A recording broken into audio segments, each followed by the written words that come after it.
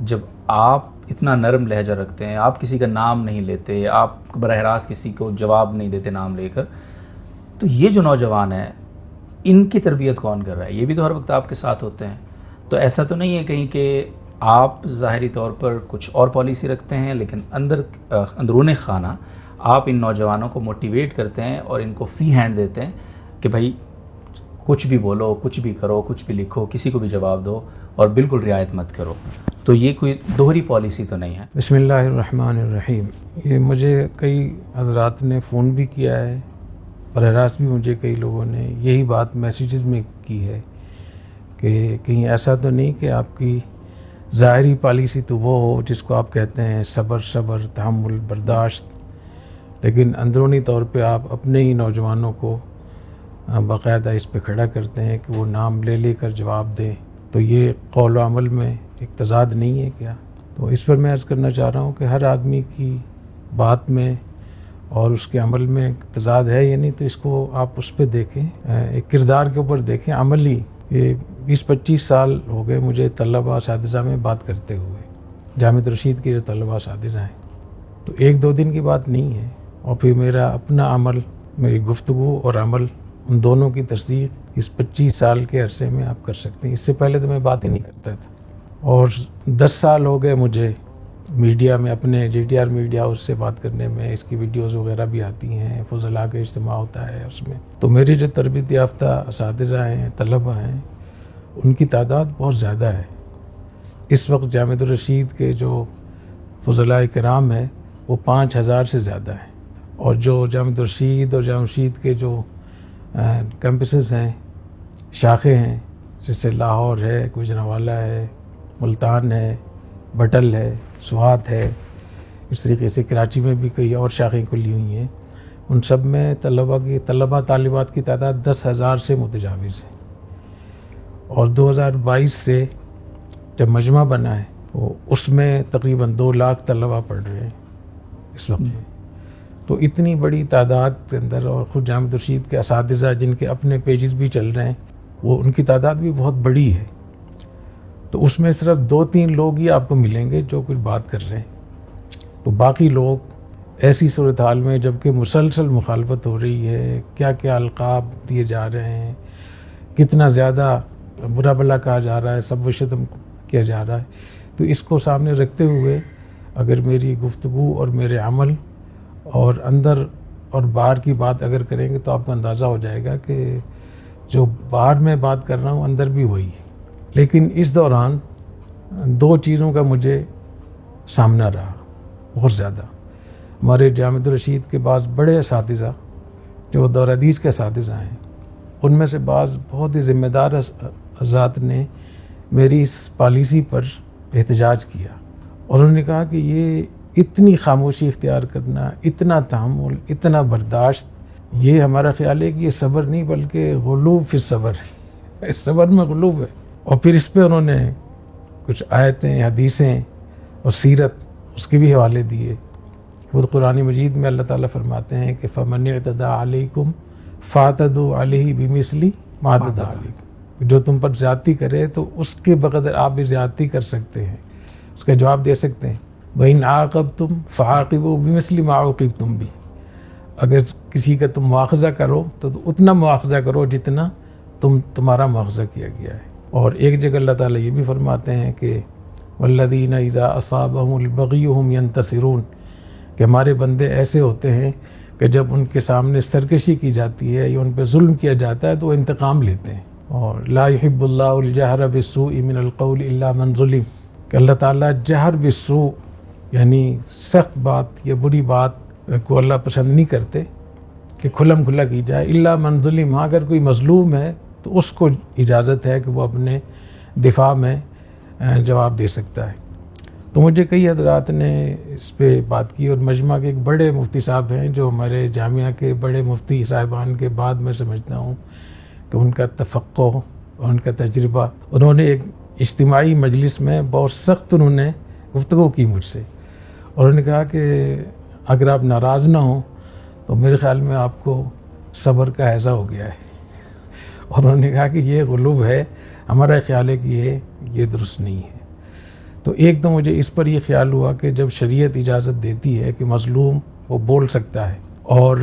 قرآن مجید میں صراحتاً اس کی اجازت ہے، ادھر سے ہمارے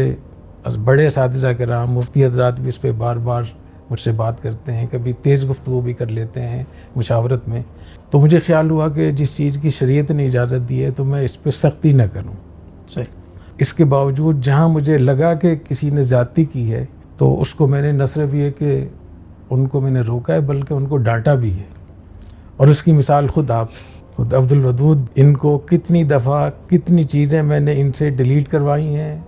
مولانا سفیان لاہوری صاحب سے ڈیلیٹ کروائی ہیں، انجینئر عثمان یوسف صاحب سے ڈیلیٹ کروائی ہیں، کچھ اور بھی حضرات ہیں، اور بہت میں نے سخت ڈانٹا، اور بعض دفعہ ان سے میں نے گفتگو بند کر دی، اور کئی مہینے ان کا پیج جو تھا وہ میرے کہنے پر بند ہو گیا، ان پہ میں نے پابندی لگائی کہ آپ اپنا پیج استعمال ہی نہیں کریں گے۔ تو آج کے زمانے میں کوئی شخص اگر اس پابندی کو قبول کر لیتا ہے کہ اس کی اتنی بڑی ریٹنگ ہے، اتنی زیادہ اس کے چاہنے والے ہیں،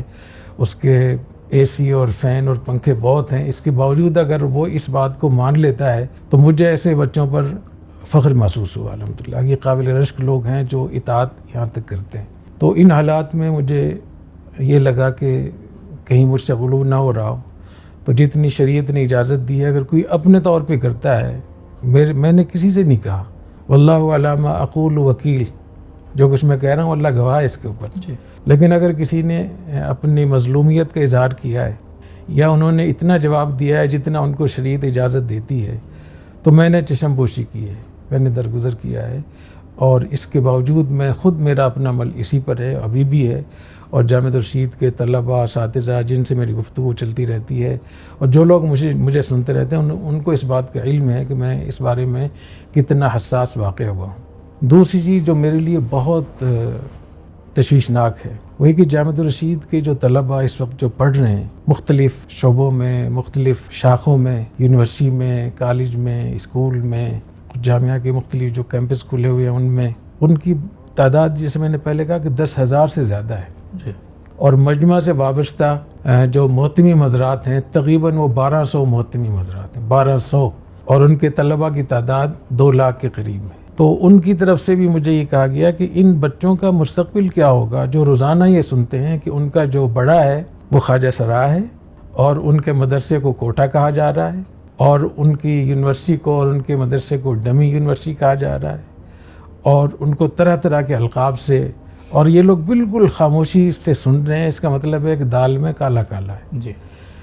تو دال میں جب کچھ کالے کی بات ہوتی ہے یا طلباء کے بچوں کے شکوک و شبہات ان کے اندر پیدا ہوتے ہیں، یا بعض حضرات نے یہ کہا کہ ان کا مستقبل مخدوش ہے، یہ بچے ابھی سے ذہنی طور پر یہ مفلوج ہو رہے ہیں، جو ہمارے بڑے ہیں وہ ایسے ویسے ہیں، ان پہ طرح طرح کے الزامات لگائے جاتے ہیں، ان کو مختلف القابات سے نوازا جاتا ہے، سب و شتم کی جاتی ہے، اور طرح طرح کے ان پہ تہمتیں، الزامات لگائے جاتے ہیں۔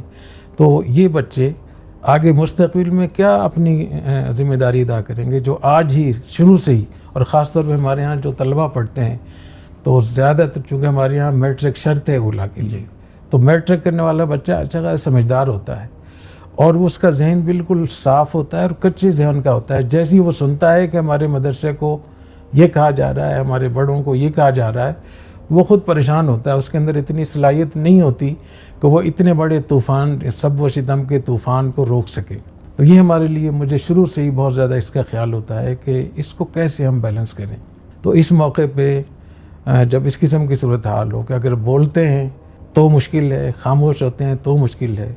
تو اس میں احون البلیتین، 2 مصیبتوں میں سے آسان مصیبت یہ ہے کہ میں خود جہاں تک ہو سکتا ہے میں صبر کروں، اور اگر ہمارے لوگوں میں سے اگر کوئی سلیقے سے جواب دیتا ہے اور قرآن کی اس آیت پر عمل کرتا ہے کہ فعاقبوا بمثل ما عوقبتم بہ،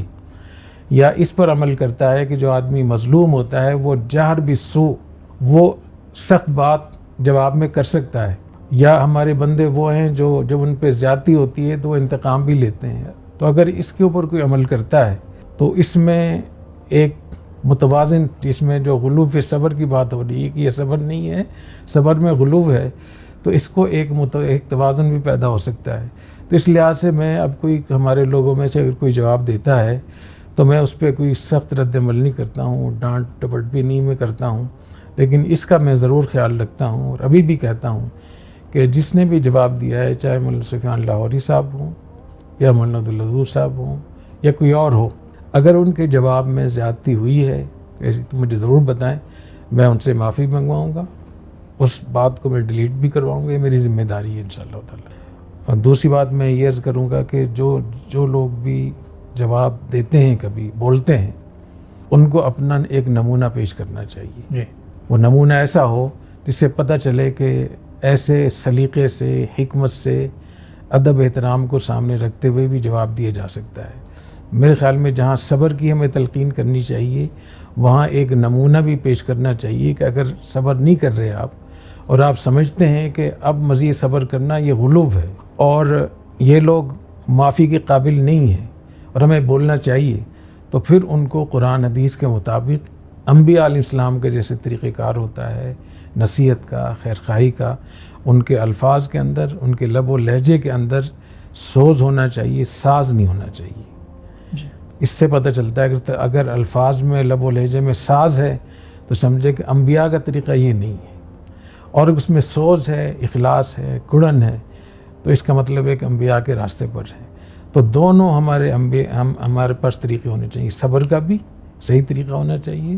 اور اگر جواب دینا چاہیں، جواب دے رہے ہیں تو اس کا بھی ایک نمونہ ہونا چاہیے، تو اس پہ عمل کرنا چاہیے۔ تو ہمارے خاموشی پر بھی ہم سیرت پر عمل کریں، اور جب ہم بولیں تو بھی سیرت پر عمل کریں، تو یہی صحیح طریقہ ہے۔